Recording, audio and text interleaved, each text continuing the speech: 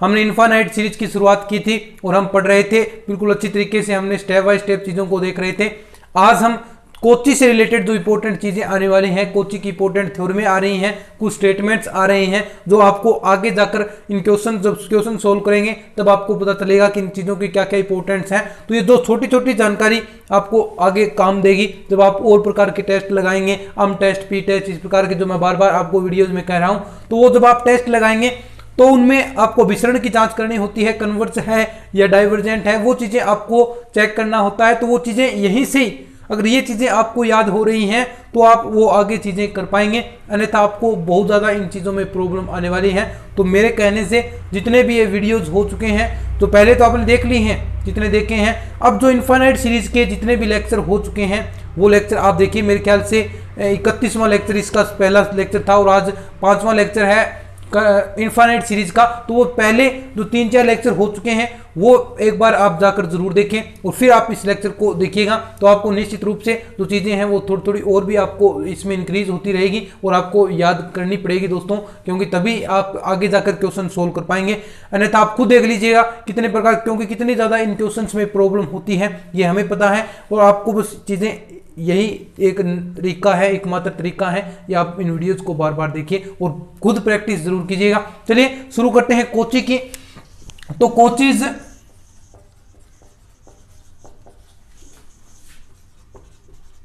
General properties है दोस्तों, properties या प्रिंसिपल भी कह सकते हैं, सामान्य सिद्धांत। कोची का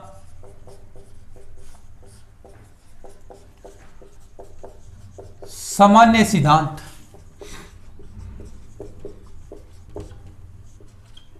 किसके लिए?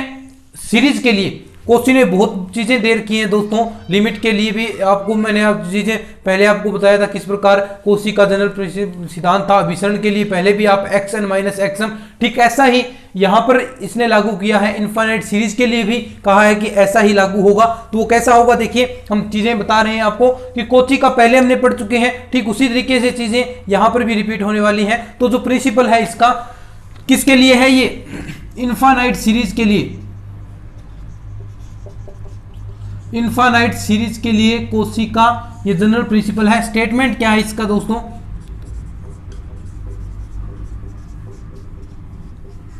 The necessary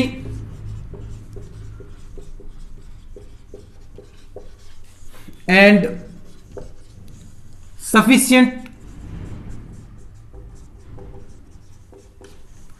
the necessary and sufficient condition for infinite series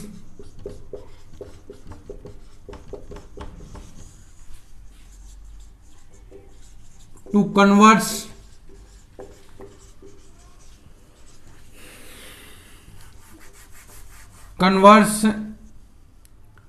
यानी अभिसरण के लिए, कन्वर्जेंट लिख सकते हैं आप, कन्वर्जेंट के लिए is that for epsilon greater than 0 के लिए क्या होगा? Sn minus Sm less than equal to epsilon, और यहां पर um+1 plus um+2 plus un। ये है दोस्तों इसका स्टेटमेंट। देख लीजिए एक बार, फिर आपको मैं समझाता हूं कि स्टेटमेंट क्या कहता है। तो क्या लिख रखा है दोस्तों स्टेटमेंट है कि the necessary and sufficient condition, the necessary and sufficient condition for a series to be convergent is that for every epsilon greater than 0। तो आपको बताना है कि जो नीचे देन एग्जिस्ट, ये आपको विद्यमान कर दिखाना होगा। देन एग्जिस्ट कहां किसके लिए? ये अन किससे बिलोंग करते हैं आपको पता है, नेचुरल नंबर से, और अन ग्रेटर देन क्या होगा? अम होगा।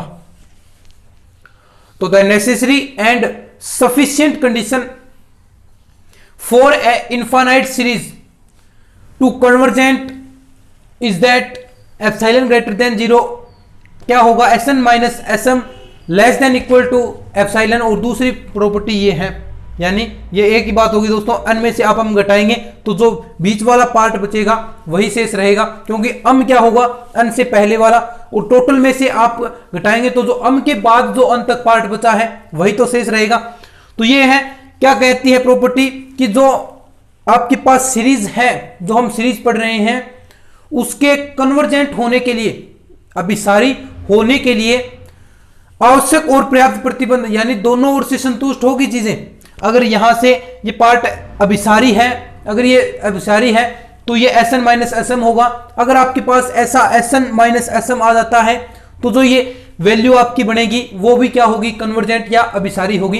तो आपको यही चीज प्रूफ करनी है। थोड़ा सा प्रूफ करने वाला कुछ नहीं है, लेकिन आपको ये चीजें याद रखनी है। लेकिन फिर भी थोड़ा सा मैं आपको बता देता हूं किस प्रकार आपको लिखना है चीजें। स्टेटमेंट आपको समझ में आ गया तो थ्योरम, देखिए दोस्तों, थ्योरम आप कर देंगे, लेकिन ये स्टेटमेंट आपको याद होना चाहिए। मेन बात ये है, आपको ये स्टेटमेंट कितना याद है तभी आप चीजें आगे कर पाएंगे। मैं यही बार बार यही कह रहा हूं, क्योंकि अगर आपको स्टेटमेंट याद है तो आप तो आगे टेस्ट आएंगे। अब देखिए, इसके थोड़े से देर बाद ही, यानी 1-2 क्लास बाद में ही टेस्ट शुरू हो जाएंगे, जिससे आपको चेक करना होता है कि ये अभिसारी है या अपसारी है। वही टेस्ट इंपॉर्टेंट है। और वो इंपॉर्टेंट कब होंगे, इंपॉर्टेंट क्यों है, क्योंकि दोस्तों वो एग्जाम में आते हैं और उन्हें सोल्व करने के लिए ये लेक्चर बहुत ही इंपॉर्टेंट होने वाले हैं। तो ये लेक्चर मैं बार बार आपसे ऐसे ही नहीं कर रहा हूं कि आप बार बार देखें इन लेक्चर्स को।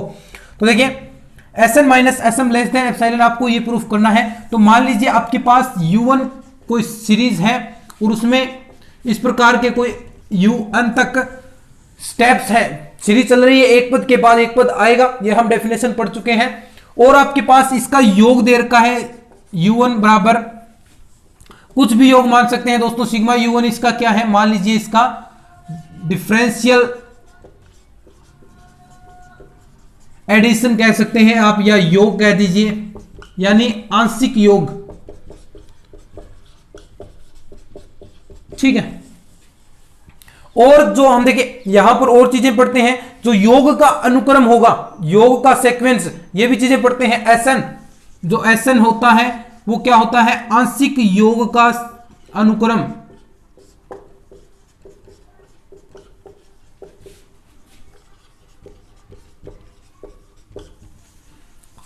अब Sn चीज इंपॉर्टेंट है। Sn क्या होता है दोस्तों, मैंने आपको पहले ही बताया था, ये ऐसा नहीं है कि ये योग है, योग का अनुक्रम होता है। अनुक्रम कैसे होगा, यानी मान लीजिए पहला पद S1 आपके पास U1 है, तो S2 आपके पास U1 प्लस U2 होगा, S3 आपके पास U1 plus U2 plus U3 होगा, और ऐसे ऐसे करके लास्ट में Sn भी क्या होगा, U1 से लेकर UN तक स्टेप होगा। तो ये Sn क्या होता है, सीक्वेंस होता है किसका, आंशिक योग का, न कि योग, उनका सीक्वेंस हम ले रहे हैं। तो देखिए,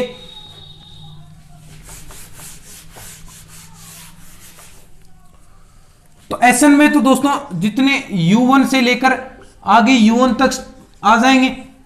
Sm में क्या आएगा, U1 plus U2 plus dot dot U1। अगर आप इसमें से Sn में से Sm घटाएंगे और मोड़ लेंगे इसका, तो देखिए क्या बचेगा आपके पास Um प्लस 1 से लेकर UN तक स्टेप बच जाएंगे।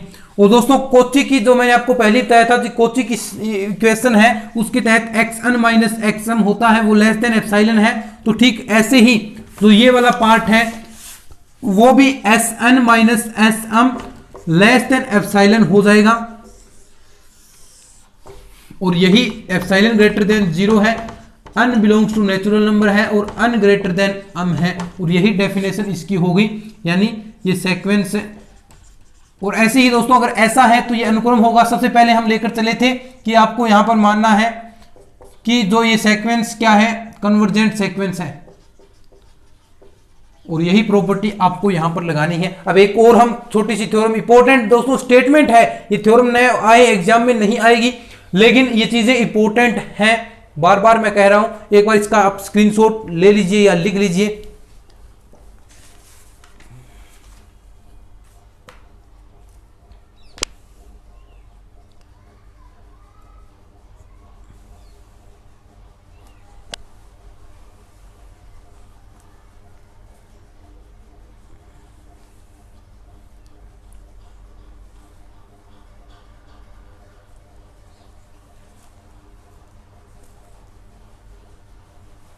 ले लिया होगा दोस्तों। चलिए आगे बढ़ते हैं। एक और इंपॉर्टेंट स्टेटमेंट आपके लिए आ रहा है, थ्योरम कह दीजिए, स्टेटमेंट कह दीजिए। क्या, देखिए स्टेटमेंट 2 क्या है, द नेसेसरी, ध्यान से देखिएगा दोस्तों, बहुत हेल्प होने वाली है इनसे। The necessary but not sufficient,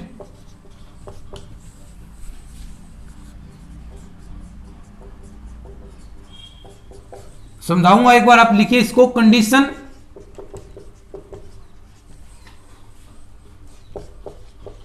for a series to converse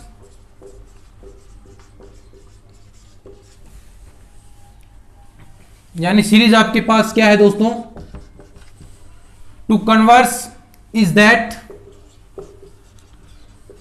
limit n से इंफिनिटिव u1 बराबर 0। यह चीज इंपॉर्टेंट है दोस्तों, ठीक है। देखिए,